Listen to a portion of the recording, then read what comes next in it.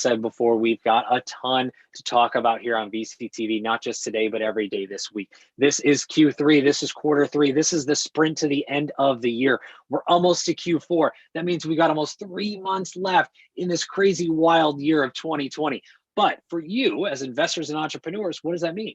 It's the time that you're out fundraising. It's the time you're out showcasing new products and services. It is the time when you are pushing that last push towards the end of the year to prepare for the next year and decade ahead in some cases as well. So what we do here on VCTV is we bring the best and the brightest from around the world in their respected industries to talk to us about what's happening in technology, industries, and regions around the world, so that as investors, you can stay up to date to know where you should be placing your bets and get the latest and trending information. And as entrepreneurs, you can know who's investing in this space, who's a good partner, and who's someone you should have on your side of the table as you look to build and grow your company.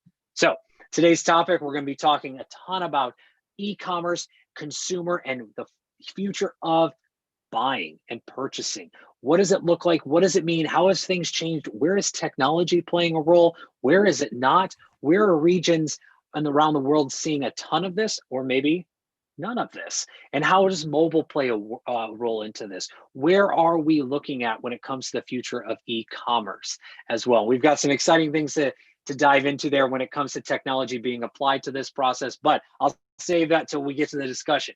And as we do here, welcome to the audience, and thank you so much for tuning in. If you like what you hear today, make sure you click the subscribe button down in the corner, as we'd love to share more content with you. And if you're an investor and like to be on a show like today with our panelists, do reach out to the LA Token team, Emmanuel and or myself. We'd love to find the right spot for you to share your thoughts and insights as well. And entrepreneurs, guess what? It's not just a great spot for us as investors to talk about what's happening. It's also a great spot for you to join us on our virtual stage. Our virtual stage where you can get up on and pitch us as investors, get feedback and insights from us on your company and your service, along with pitch our live audience. Great opportunity for you. Do reach out to the team and or myself. We'll find the right spot for you. And a big thank you to Emmanuel and to the entire LA Token team for making VCTV possible every single day. Now, with that, let's go ahead and get started. We got a ton to talk about. We're buying, we're selling, we're buying, because that's all we can continue to do, it seems like right now in this current state of 2020. We're buying more than we ever have in new ways, whether that's on mobile, that's on online. We're buying, and we're buying. But before we get into why and how, let's go ahead and get into introductions. David, welcome to the show. It's a pleasure to have you. A little introduction and a little background for our audience today. Hello, everyone. My name is David Schachter. My company is Cannabis Scope. We are a e-commerce CBD platform. So it's a store-in-store. Anybody with a website or a social media following, they can put our scope. It's this really cool wheel that you can click through and find products. You know, there's all types of things that have CBD in it now. And it's a full turnkey solution. So you put this on your shop, and then as an affiliate, you get percentage of sales that come in. And we have great products from hundreds of brands. We have 1,000+ items in the catalog. So it's a CBD e-commerce platform. Awesome, and welcome to the show. A lot to talk about in that category too, especially as you're working on the affiliate marketing space as well. And Lewis, welcome back to the show. It's a pleasure to see you as always. A little intro, a little background. It's always a pleasure to be with you, Kyle. Just real quick, this is the Skinny. I've been involved in finance for over 25 years. I am the managing partner at FJ Partners. I'm also the CEO of MegaHoot, which is the American technology company. We're doing a lot of things in AI, AR, and a lot of different areas. And I want to thank everyone with the LA Token team and you, Kyle, for making this platform what it is. Thank you so much. And again, welcome back. Samit, welcome to the show. It's a pleasure to have you again here on VCTV. If you can, a little intro, a little background for those who may not know you. Yeah, thanks, Kyle. Thanks for having me again. So my name is Samit Jolly. I am the founder and CEO of Grotto app. Grotto is a patented platform for group travel and events planning. which will eventually be converted into a private social network. So we got our patent granted last year for some private tools which otherwise people were attaching Excel sheets and forms and docs to chat. So integrated with photos and chat, a potluck planner, a group expense splitting module, a group decision-making module for travel and events, and RSVP management, potluck items management. So the whole idea is that why not have a private friends and family software which doesn't work on algorithmic feeds or doesn't want to boost your followership, because 99% people don't have followers, right? They consume content on public social media. So public social media is great. They are already very mature products, but we are building kind of a private group of tools which friends and families can use on a weekly basis or a daily basis, integrated with chat and photos. So that's the scope, and we have a patent granted. I'm also an angel investor in 40 technology startups. Many of them are consumer products, consumer apps, and some cannabis as well, and e-commerce place. So I would be willing to contribute whatever my experience is in these fields. Wonderful. And we do all have an audience, even if it's just of one. So hi, Mom. Do appreciate all those that do tune in. But Samit, love what you're doing and excited to come back to that as well. Mark, welcome back to the show. It's a pleasure to have you as well. A little intro, a little background. Oh, and you're on mute. Sorry about that, guys. No worries. Mark Lugo here, originally from New York. Started my life in entertainment in Miami and LA, and evolved into advertising. From advertising, evolved into website, mainly on the betting side. And then came down to Costa Rica, got involved with coffee, and now we're involved in looking at the US legal betting and coffee. We're looking at purchasing organic, not organically certified coffee farms, which are different from the actual organic coffee farms.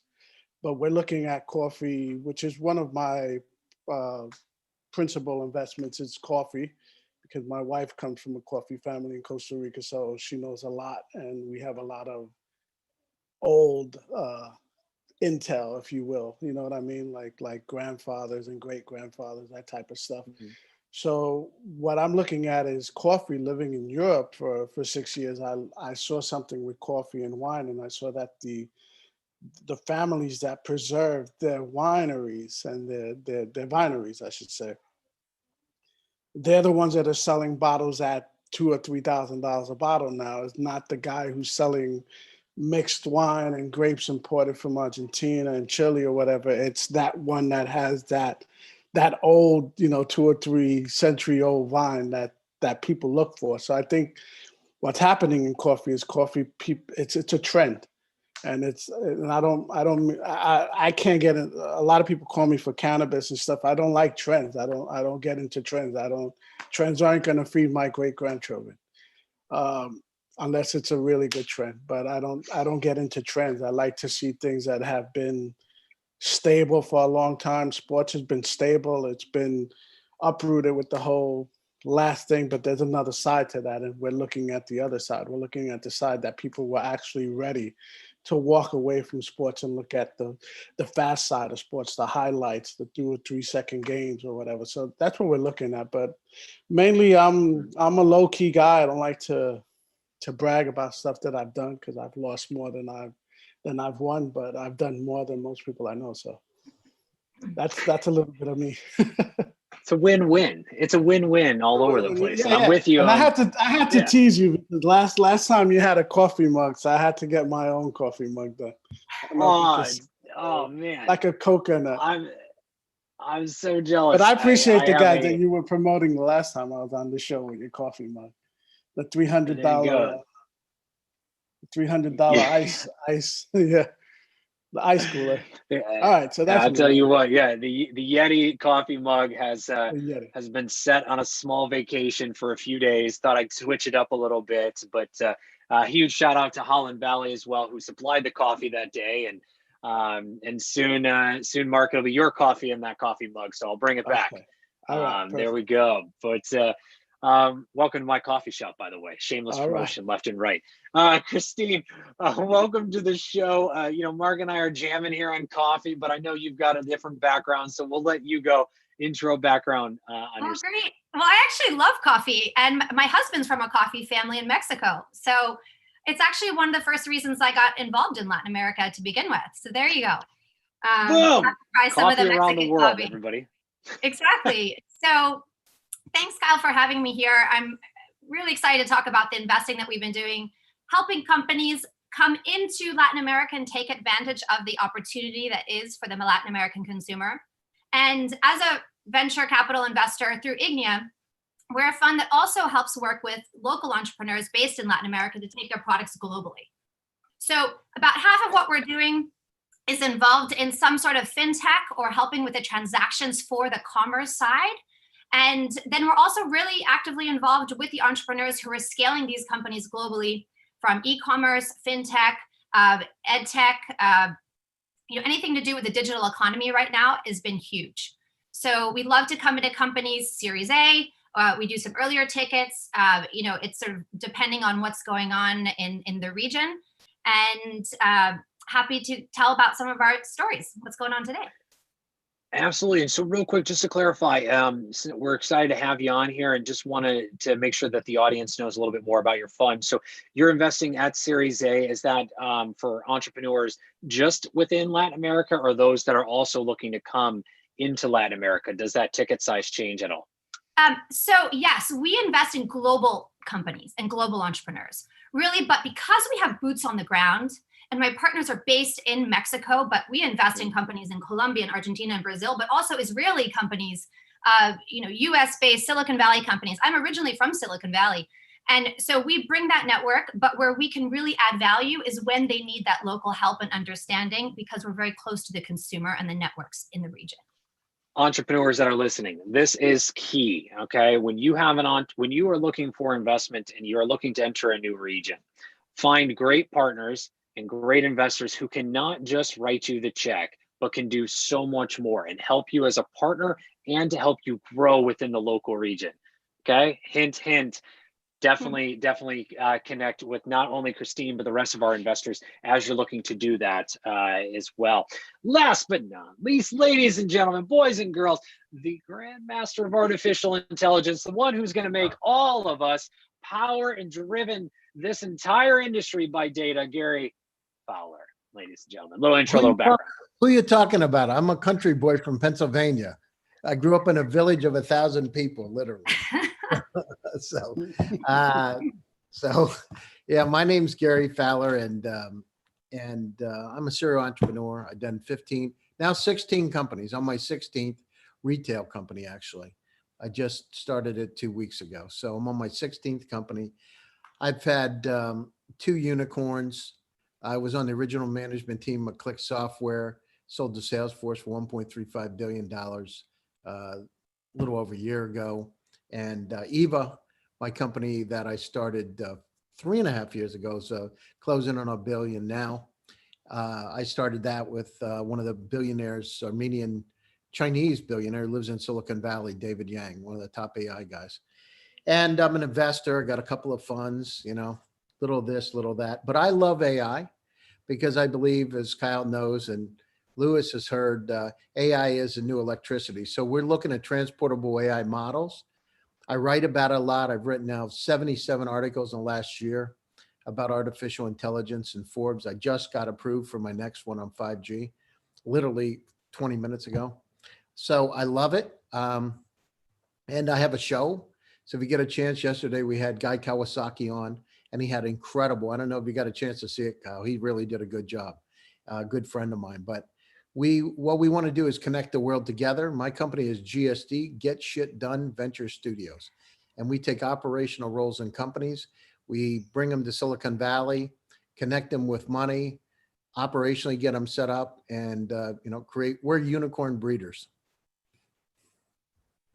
I love the spin there. The unicorn breeders. That's a new one. I'm excited about that, and that's what we're going to do here today. We are going to help breed some new unicorns, as we've got a ton of thoughts and insights to share. And entrepreneurs that are listening, we're about to get in the minds of a bunch of entrepreneurs and investors. We play dual roles. All of us have here.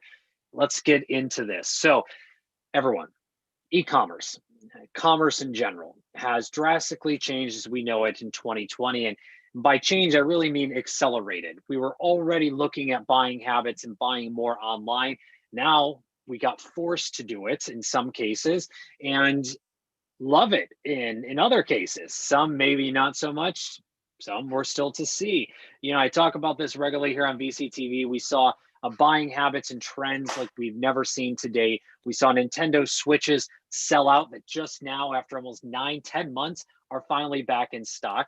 We've got exercise equipment that's been out of stock for many months. We've got logistics and supply chains globally that were just crammed. But these niche-based e-commerce platforms, or once niche-based, came out of the woodwork and flourished. We saw the Shopifys of the world. We saw the Etsy's. We saw the arts and crafts, the creators rise to the occasion to create new products and start selling to enter our homes and enter our lives. And because of that, we have this new revolution of e-commerce, this new revolution of buying, where once the idea and the dream was you'd watch television, you'd see something on TV and you'd want to buy it. We saw a taste of that. Now we're starting to live it. Now AR and VR are starting to come as a reality into this. But what does it all mean? And is it real? Are we here? Are we not? Are we with McKinsey in that the last 6 months we've seen technology accelerated for the next 5 years? Or are we still in the early days of where this transformation is headed? So to each of you, what is the current state? What are you seeing currently where e-commerce and commerce in general has changed? And Louis, we're going to start with you. What is the current state from your view on these areas? First, I didn't know Gary was a farmer. He's breeding unicorns. What is he doing? You love Gary. Look, the pandemic left an indelible mark on consumers, no question about it. It made them apprehensive, made them feel like they lost control. They lost control of things, and basically, and even for myself and other people, you become more cautious on what moves you make, on who you buy from, where you're buying from, and how you're going to do it. And this is why e-commerce is becoming a big part of everything we're doing. You're home more, and not in the office. Even if you're in the office, you're doing more things online. And the consumers, this is not a trend. I heard that mentioned earlier. It's not a trend. The consumers, their pattern is changing. Post-pandemic, this will stay with us. This is this change is so I can't even grab the word. Gary would know it. He's smarter than I am. But this change is something that's going to stay with us. That's going to allow for these companies that focus on this, that can come up with solutions to flourish. We've seen it from collaboration platforms to various e-commerce. Look at Amazon blowing up. That's a big company, but you have small companies that are also, taking center stage, and they're making things happen. Look, we're doing this show. We got the unicorn maker, and we got the pie maker, the coffee maker. We have everyone here. And how is this? Because we're all in this together. And again, I think that once, and I want to go over something later about consumers, but once we understand the consumer's pattern, this is when e-commerce is going to really start to scale up. That's where things get exciting. And what's funny is that we've seen a little bit of a tease of that with Alibaba in the past and Singles Day, and some of the technology integrations that they've made and their crossover of online to offline, or O2O retail, where you start online, for instance, on an e-commerce website, your shopping experience, then you can finish it offline within the store and vice versa. Or you could be watching a fashion show, as the example gave on against Singles Day, where you're seeing something coming down the catwalk and you can actually buy it as you're watching it, right? So an alert pops up and you can click it and boom, you can now purchase this. Amazon is one other thing, just to touch on before we come to you, David. Amazon, funny enough, Amazon usually has their Prime Day, very similar to Singles Day with Alibaba. Prime Day this year in 2020 has actually been moved multiple times. It's supposed to be mid-October. We're going to see TBD. It's been moved based on that data, based on the data they've had from consumers, because so far every day since the early of 2020 has been equivalent to a Prime Day. Now, for reference, for Singles Day, we're talking about tens of billions of dollars, just to be a quick reference point. Amazon in their Prime Day does anywhere from, we'll just say 25% of that, okay? So if the fact that every single day, right now, currently in 2020, is equivalent to one of those days, you're talking about billions of dollars, mass logistics that is happening on a given day, every single day. Think about the data and think about what you can do around that, and how that can change consumer behavior and also the products that may be made or that we may purchase. So I'll leave that out there for our guests. David, to you, current state, what are you seeing? Oh, you're on mute. CBD e-commerce is it's difficult to get started. As a small business, you have to get licensing, insurance, you have to find the brands, you have to get payment processing. There's a lot of hoops to jump through. At first, I was in THC. We were doing strain classification, finding the right products. And then it was, where's it available?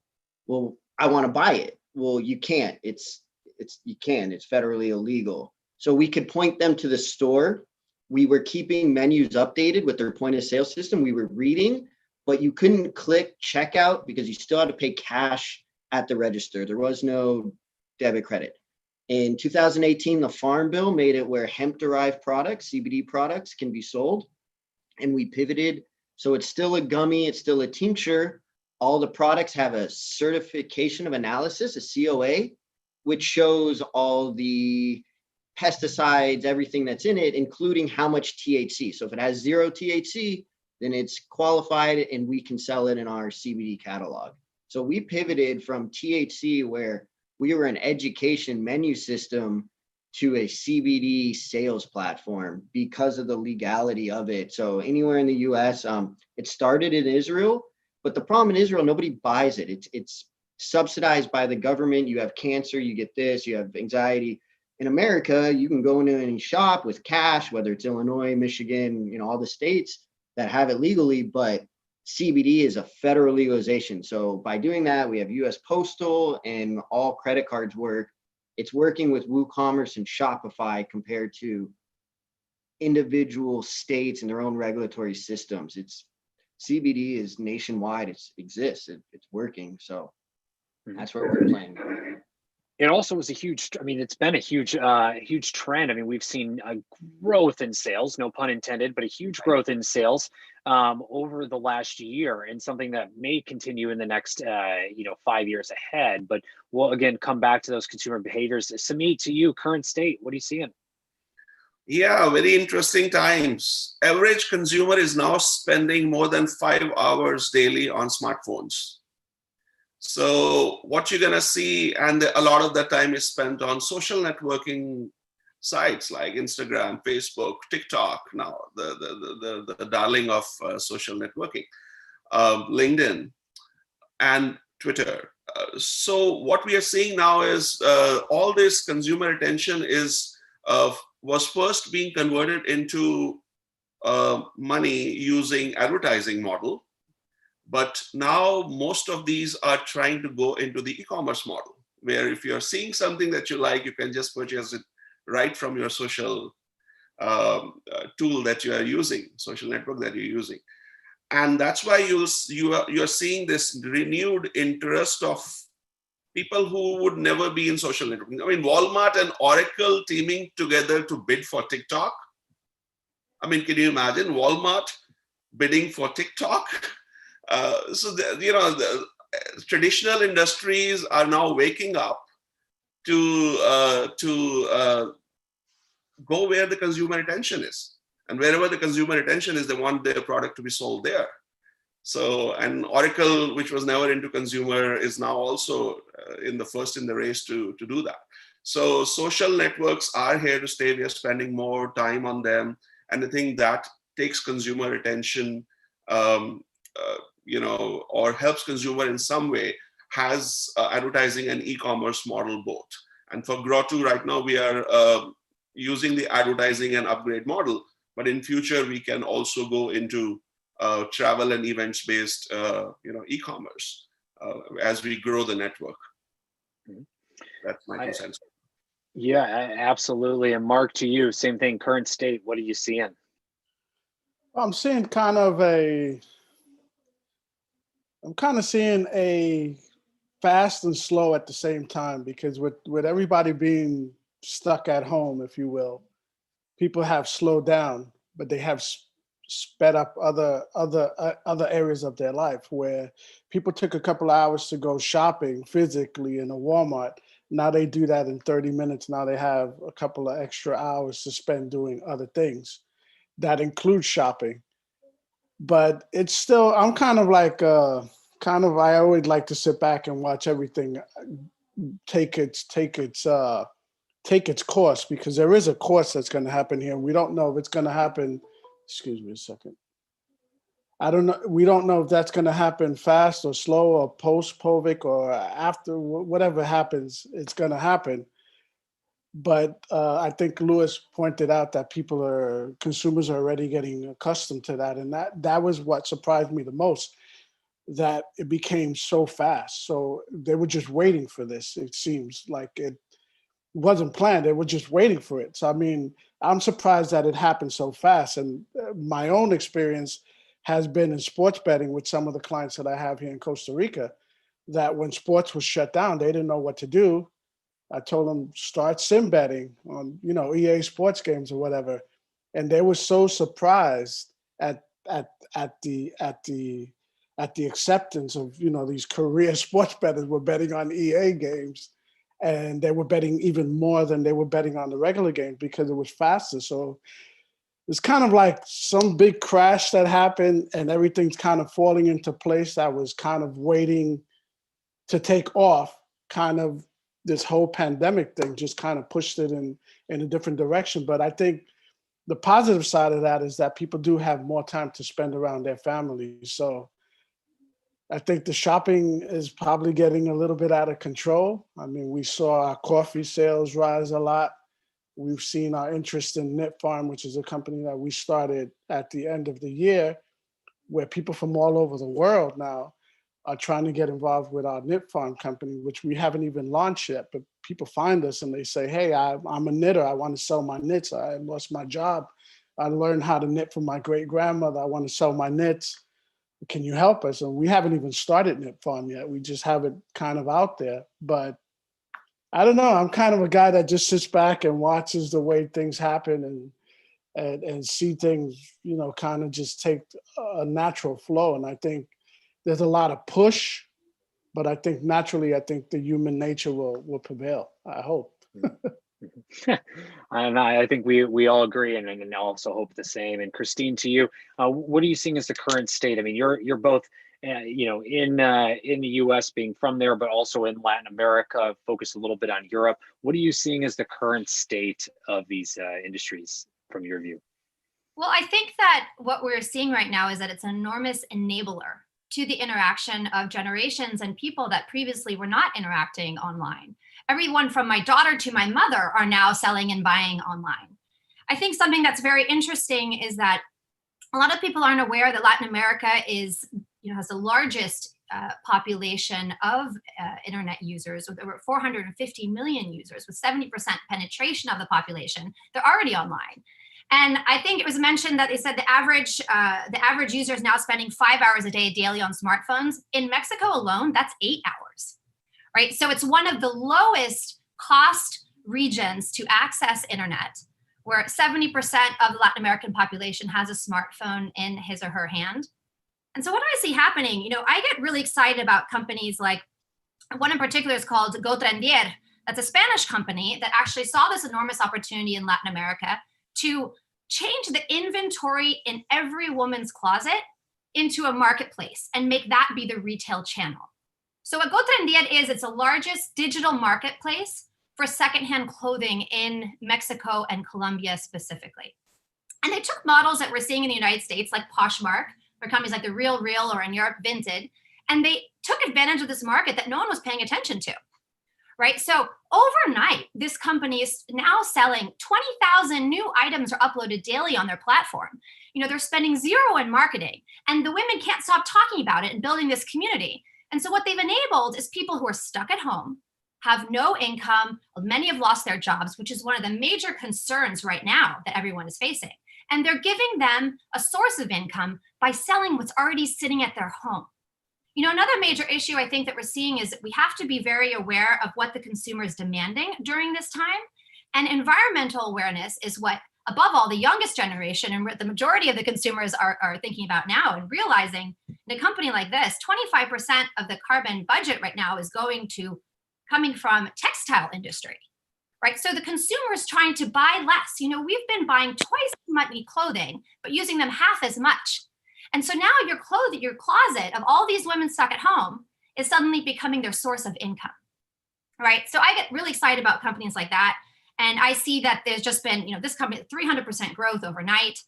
We've also invested in the Shopify of Latin America, where they're taking advantage, doing exactly what Shopify was doing, but making it local, right? So now they're killing it in Brazil and Argentina and Mexico. And what they're allowing is the small entrepreneur, the SMB, or the large company suddenly is able to make everything digital, and from their home, they're able to continue on their business. So I love what's happening in this sense, that it's become an enormous enabler to the whole population.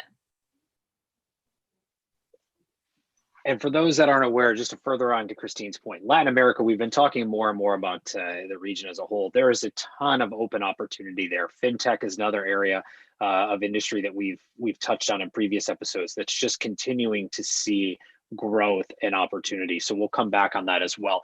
Gary, to you, what are you seeing as the current state? Yeah, so I mean, look at the opportunity in front of us. I think it was Samit talked about the eyeballs. So if we look at it, I mean, grocery last quarter is up 12%, alcohol 16%, as you said, Kyle, 40% for Amazon.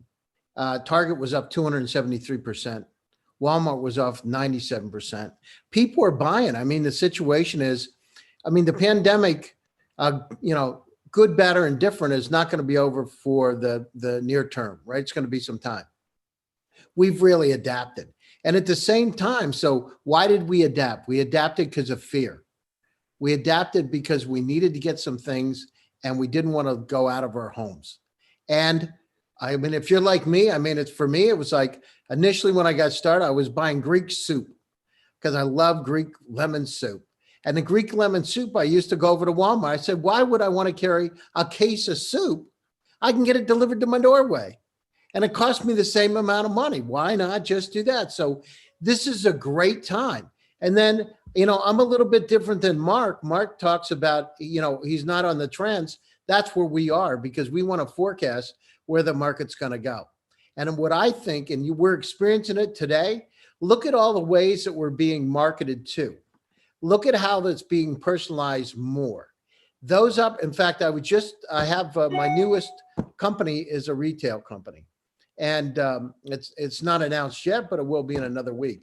What we do is we actually go down through and help personalize that shopping experience. And as I think Samit said, the hybrid model, oh, you said it, Kyle, the hybrid models where, I mean, it's happening now, right? You order online, you pick up at Walmart. You don't have to spend a lot of time going into the store. I mean, I never used to go to Walmart before, but they got the right products. They have a marketplace where you can buy from all kinds of vendors. It's great. We have now really crossed the chasm, and this digital transformation that you and I have talked about for the last few months is upon us. And these retailers that have not bucked it can win. The ones that have bucked it, like Neiman Marcus, right, are dead because we know how to shop better. We know how to find price. We know how to find availability. We know how to find the reviews. So we have three things that are incredible. And the company, I remember, so when I actually I was involved in building Walmart.com's original website with a company called, with one of my consulting companies I had. And we did an amazing job at the time and years ago. look at it today. I mean, it's like, this is the way we're going to survive.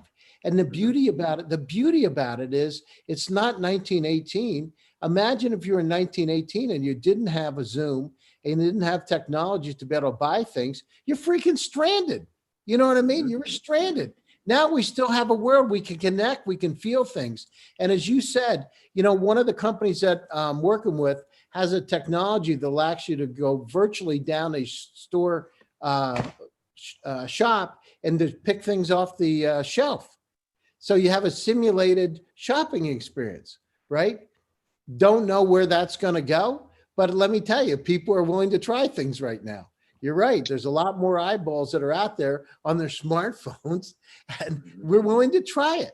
And I think it's great. And then the other thing is, here we have Apple, next week or the week after?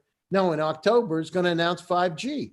Think about how that's going to change our lives. So this is a great time if you take advantage of the time in a good way. The other thing that Christine said, it's very important.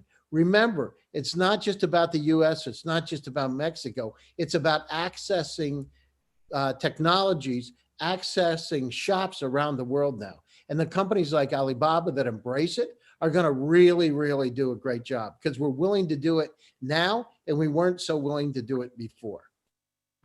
Absolutely. Couldn't agree more. And back to that point around e-commerce, I mean, we're seeing companies sell out of products in heartbeats, in days and hours, and just products that normally would take months upon months. And we've seen e-commerce, CPG companies, so consumer product companies of ours that have just sold out in, again, those 24-hour periods because people are looking for certain products, right? They're looking for ease of access. They're looking to get those.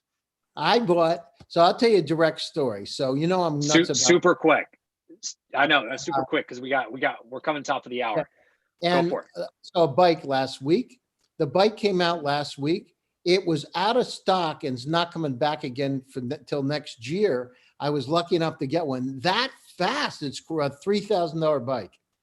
So the market's changed. We're willing to buy things.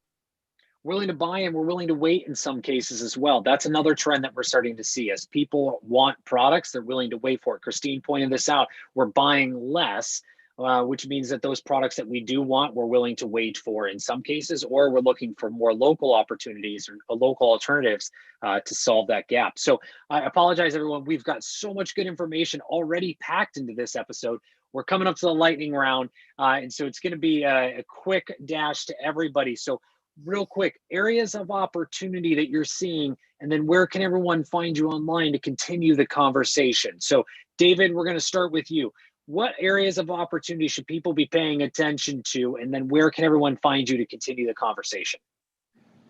Everyone can find us at cannabisscope.com. And the opportunity is to have your own CBD wheel. We have a catalog. We provide everything that you need. So if you want your own store, that's the opportunity we're doing, is really helping people open a second business, open their own income by taking all the responsibility and everything that's needed to opening the store. We provide it for you. So that's our business. And you can find us at cannabisscope.com. And I also want to mention when Gary was talking about the consumer behavior. Our wheel is so unique. You click, you want something for rest, you want something for gummies. We're tracking it, how consumers are finding these products. Like there's a list and a tile view, but our wheel is really what kind of makes us different for consumer behavior. And where does that go with data in the future? We hope Sprite. So thank you for having us. And yeah. Absolutely. Not just where does it go in the future, but also what products can be created from it. We touched a little bit on this, and we're going to bring David and everyone else here back for another episode to continue this conversation. So stay tuned on where this can go. Samit, I saw you unmute, so I'm going to skip everybody else. I'm going to come to you next. Area of opportunity, and where can everyone find you online? Yes. So as I mentioned, social networking, social tools, social e-commerce, great opportunities. Already we have a lot of brands doing very well in it. And my own personal investment is going into Grotto to build more tools for friends and family private social network.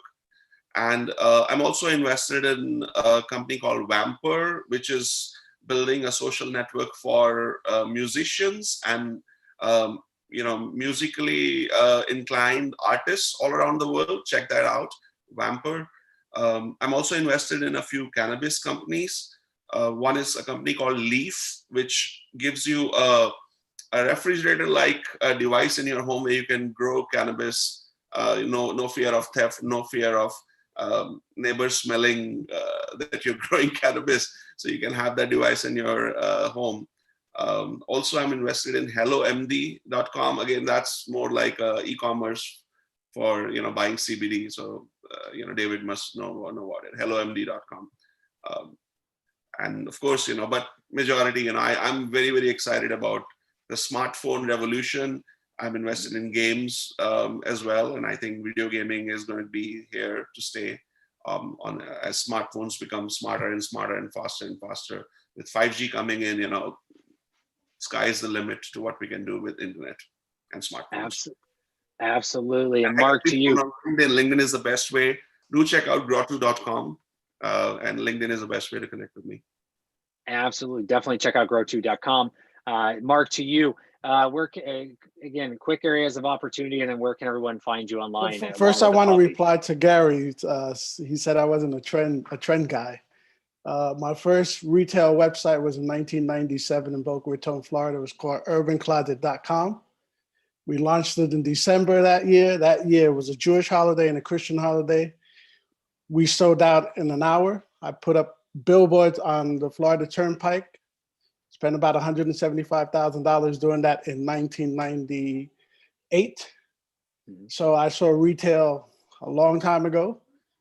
With that, Don King saw our billboards. He called us. We built his site. We were selling memorabilia for Don King online in 1998. Madonna bought the first piece. So it's not that I'm not a trendsetter, it's that I like to watch the trend. And what happens today is you have a lot of big mouths that say they want to do something. They send the press release and there's nothing, and everybody invests in that company.